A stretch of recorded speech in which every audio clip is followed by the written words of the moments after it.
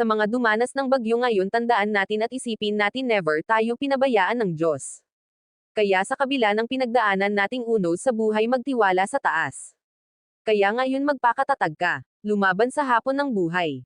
Lumalakas man ang bagyo, darating ang araw, hihilam din yan, at ang sarap sabihin salamat sa Diyos, di niya ako pinabayaan. Kaya ikaw kapatid, ano bang bagyo dinanas mo ngayon, kahit literal na bagyo man yan? Magpasalamat pa rin tayo. Mabuti ang Diyos sa kabila ng lahat. Sinusubok man tayo ng panahon, kalikasan, dahil gusto ng Diyos, magtiwala tayo ng higit sa Kanya. May God bless you always. Ingat tayong lahat. Manalig, manalangin, magtiwala. Salamat.